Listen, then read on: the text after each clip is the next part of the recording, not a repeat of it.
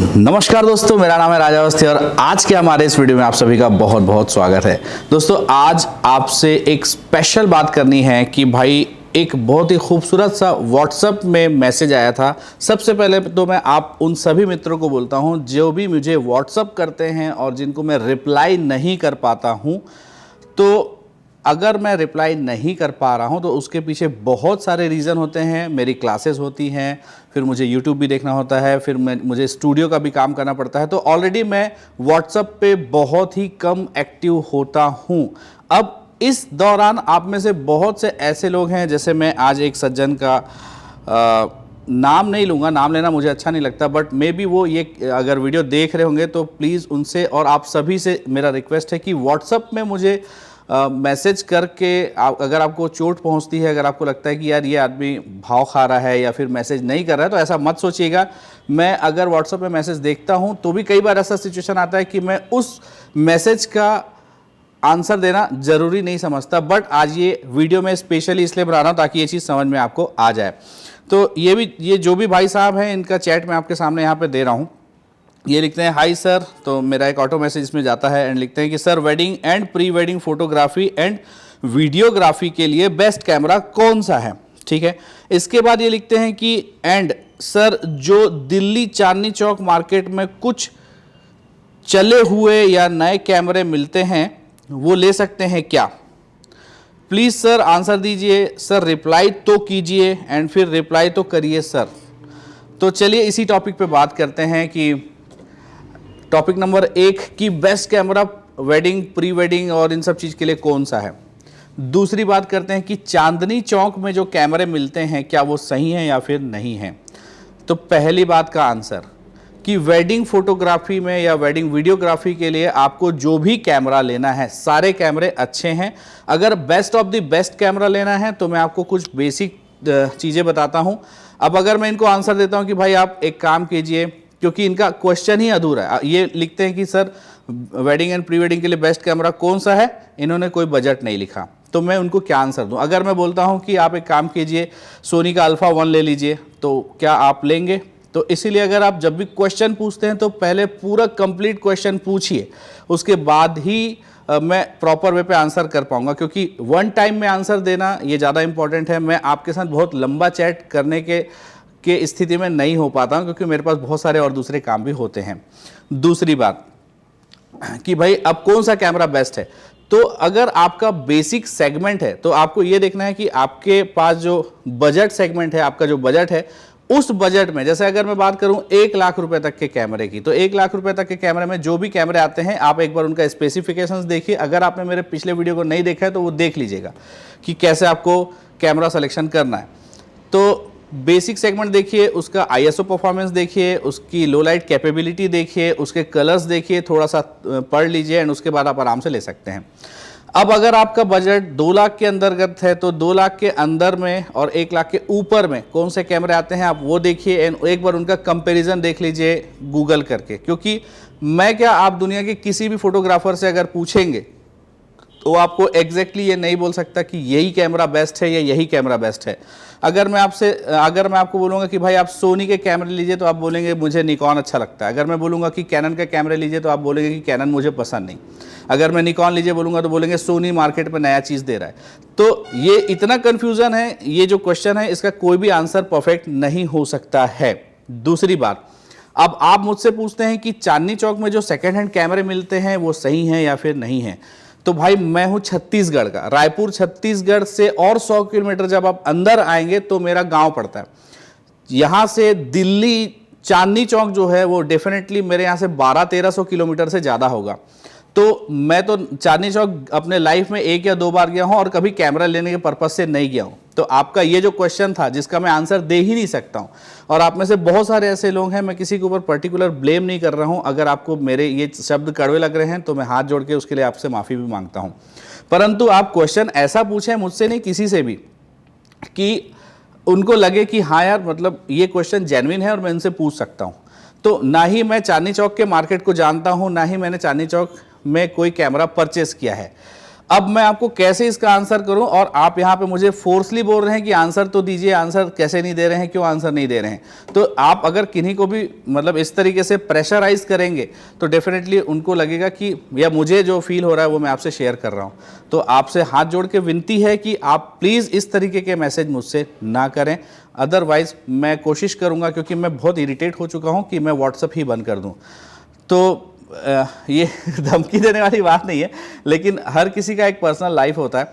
आप में से बहुत सारे ऐसे व्यूअर्स हैं जिनके मुझे जो कॉल आते हैं वो रात के 11 बजे के बाद आते हैं। तो उनसे भी मेरा रिक्वेस्ट है कि प्लीज़ एक पर्टिकुलर टाइमिंग पे आप मुझे कॉल कीजिए, मैं कोशिश करूंगा कि मैं आपके आंसर दे सकूं। मैं जानता हूं कि आप लोग बहुत इच्छुक होते हैं मुझसे बात करने के लिए, और आपकी इच्छा होती है कि हम अगर आपकी मेरे से बात हो जाए तो आपको वो चीज़ अच्छा लगेगा, और इस चीज़ की मैं रिस्पेक्ट भी करता हूँ। बट फिर भी मैं आपसे ये कहना चाहूँगा एज अ बिग ब्रदर, एक अच्छा टीचर, कि आप अपना टाइम लिमिट थोड़ा सा देख लें, और मेरी भी सुविधाओं को देखते हुए आप मुझे मैसेज या कॉल करें तो मैं आपको बिल्कुल उसके आंसर्स देने की कोशिश करूंगा। बाकी मैक्सिमम मैंने कोशिश किया है कि मेरे यूट्यूब के जो वीडियोस हैं उनके डिस्क्रिप्शन में मैंने आपके सारे सवालों को लगभग हल करने की कोशिश की हुई है, और मैं YouTube में भी वही वीडियो लेके आता हूं जो कि बहुत जेन्युइन होते हैं एज अ वेडिंग फोटोग्राफर, क्योंकि वेडिंग फोटोग्राफर के पास वैसे भी बहुत कम टाइम होता है। और दूसरी चीज़, वेडिंग फोटोग्राफर्स के साथ एक सबसे बड़ी समस्या ये है कि वो कहा-सुनी पे भरोसा करते हैं।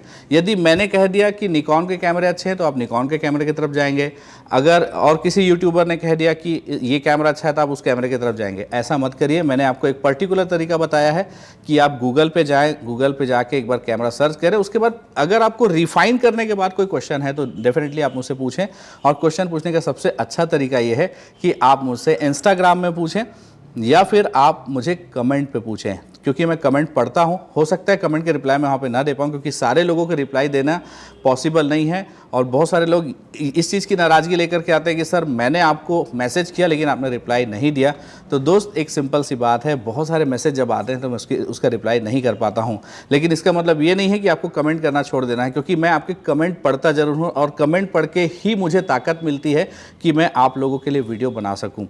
तो आप लोगों से मेरा हाथ जोड़ के रिक्वेस्ट है कि आप लोग मेरे वीडियोज़ को ज़रूर देखिए, उन्हें लाइक शेयर एंड कमेंट करिए। और आप जो भी भाई साहब हैं, मैंने आपका नाम यहाँ पे मेंशन नहीं किया है, बट आपसे रिक्वेस्ट है कि इस तरीके से प्रेशराइज तरीके से आप मुझे कोई भी क्वेश्चन ना पूछें। अगर आपको लगता है कि ये सही तरीका है तो आई थिंक ये सही तरीका नहीं है। और आपको, आप में से अगर व्यूअर्स को ऐसा लगता है कि ये जो भी भाई हैं, इन्होंने अगर ये मैसेज करने का जो इनका तरीका सही है तो आप मुझे कमेंट पे यस लिख के भेजिए। अगर तरीका सही नहीं है तो आप मुझे कमेंट पे, या मुझे कमेंट में बताइए कि इनका तरीका सही है या फिर नहीं है, मुझे क्या करना चाहिए, क्योंकि ये मेरे लिए बहुत इंपॉर्टेंट चीज़ है। मैं बहुत जल्दी इरिटेट सा हो जाता हूँ, और इसी कारण मैं बीच में वीडियो बनाना भी छोड़ देता हूँ, क्योंकि मुझे थोड़ा सा लगता है कि अगर आप मेरा सपोर्ट करेंगे तो मैं आपके लिए बहुत अच्छा काम करके आ पाऊँगा। तो मैं जानता हूं कि ये जो एपिसोड है आपके लिए मायने नहीं रखता है, इसमें कोई विशेष इन्फॉर्मेशन मैंने नहीं दिया है, बट इसमें अगर आप सोचेंगे तो बहुत बड़ी बात है कि मैं आपसे ये बोलना चाह रहा हूं कि आपको जो भी काम करना है, जो भी चीज़ें देखनी है, वो खुद के विवेक से करके देखना है। आप मुझे पूछेंगे कि मुझे कौन सा कैमरा लेना चाहिए, ना ही आपने बजट बताया, ना ही आपने और कोई एक्स्ट्रा जानकारी दी। आप मुझे बजट बताएं, आप अपना सेलेक्टिव ब्रांड बताएं कि भाई मुझे आप कैनन या निकॉन या सोनी इन तीनों में से एक चीज़ बताइए, या आप मुझे पूछिए कि मैं फ्यूजी और कैनन में से लेना चाहता हूं, अब आप दोनों में से एक सजेशन दीजिए। तो मैं ऑप्शन अगर आप मुझे देंगे तो मैं डेफिनेटली आपके साथ जा पाऊँगा, आपको अच्छे से बता पाऊँगा। बट आप एक डायरेक्ट सवाल पूछेंगे कि बेस्ट कैमरा बताओ, तो बेस्ट कैमरे बहुत सारे हैं यार।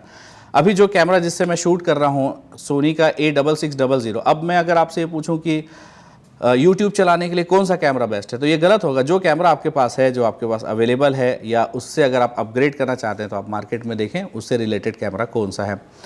तो मुझे ऐसा लगता है कि ये एक काफ़ी मेजर प्रॉब्लम है, और चांदनी चौक में कैमरा लेना चाहिए या नहीं लेना चाहिए ये मैं नहीं बोल सकता कि चांदनी चौक में कैसा कैमरा मिलता है। कैमरा तभी आप लें जब आप उसको ऑन हैंड रिव्यू कर लें। कई बार क्या होता है कि हम कैमरे किसी दूसरे जगह से मंगा लेते हैं, जैसे मैं छत्तीसगढ़ में हूं और पंजाब के किसी ग्रुप का मैंने एक देखा कि वहाँ पे ये एक कैमरा बिकाऊ है, और वहाँ से हम कैमरे मंगा लेते हैं तो हमको पता चलता है कि उसके सेंसर पे काम हो चुका है या उसके लेंसेज पे काम हो चुका है। बहुत सारे लोग बोलते हैं कि सर ये सेकंड हैंड लेंस हमको मिल रहा है, हम लें या फिर नहीं लें। तो आप खुद डिसाइड करके देखिए। जब तक वो लेंस मैंने खुद से यूज़ करके नहीं देखा है तब तक मैं आपको कैसे उस चीज़ का रिव्यू दे दूँगा। जब आप खुद संतुष्ट नहीं हैं तो फिर मैं कैसे आपको रिव्यू दे सकता हूँ। तो ये चीज़ आप एक बार ज़रूर सोचिएगा और सोच समझ के ही कैमरा एंड लेंसेज लीजिएगा। कोशिश कीजिएगा कि आप लेटेस्ट अपडेट्स पे जाएं, जो कैमरे आपके नए हैं उनके ऊपर जाएं, क्योंकि जो ओल्ड कैमरे हैं उनके परफॉर्मेंस आज के कैमरे की तुलना में डेफिनेटली काफ़ी कम है। तो ये सारी चीज़ें आपको देखनी है, समझनी है एंड उसके बाद खुद से डिसाइड करना है। एंड व्हाट्सएप पे मैसेज करके अगर आप ये उम्मीद कर रहे हैं कि मैं आपके मैसेज का 100% रिप्लाई दूंगा तो शायद ये पॉसिबल नहीं होगा। तो आपसे रिक्वेस्ट है कि आप प्लीज़ ऐसा ना करें और मेरे साथ नहीं, आप किसी को भी ना करें। इसीलिए मैक्सिमम यूट्यूबर्स अपने नंबर शो नहीं करते हैं, बट मैं ऐसा नहीं बोल रहा हूँ कि मैं आपसे नंबर शो नहीं करना चाहता हूँ। मैंने आपके लिए बिल्कुल नंबर शो किया है और डिस्क्रिप्शन में मेरा नंबर हमेशा आपको मिल जाएगा। मेरे इंस्टाग्राम आईडी में rajaawasthi007 में वहाँ पे आपको मेरा नंबर ईजिली मिल जाएगा। लेकिन इसका मतलब ये नहीं है कि आप रात के 12 बजे 1 बजे आपका जब मन हो, आपको जब लगता है कि हाँ यार मुझे ये चीज़ पूछनी है, आप उठा के फ़ोन कर लें। प्लीज़ ऐसा मत करिए। अदरवाइज़ आप जिस तरीके से आप बिहेवियर कर रहे हैं उस तरीके से मैं नहीं करना चाहता हूं और मैं आपको ईज़िली ब्लॉक भी कर दूंगा। मुझे ब्लॉक करने में कोई शर्मिंदगी महसूस नहीं होगी, क्योंकि हर किसी का एक पर्टिकुलर टाइम होता है, हर किसी की एक पर्सनल लाइफ होती है। तो अगर मेरी पर्सनल लाइफ आपके कारण डिस्टर्ब होती है तो मुझे खुशी होगी आपको ब्लॉक करने में।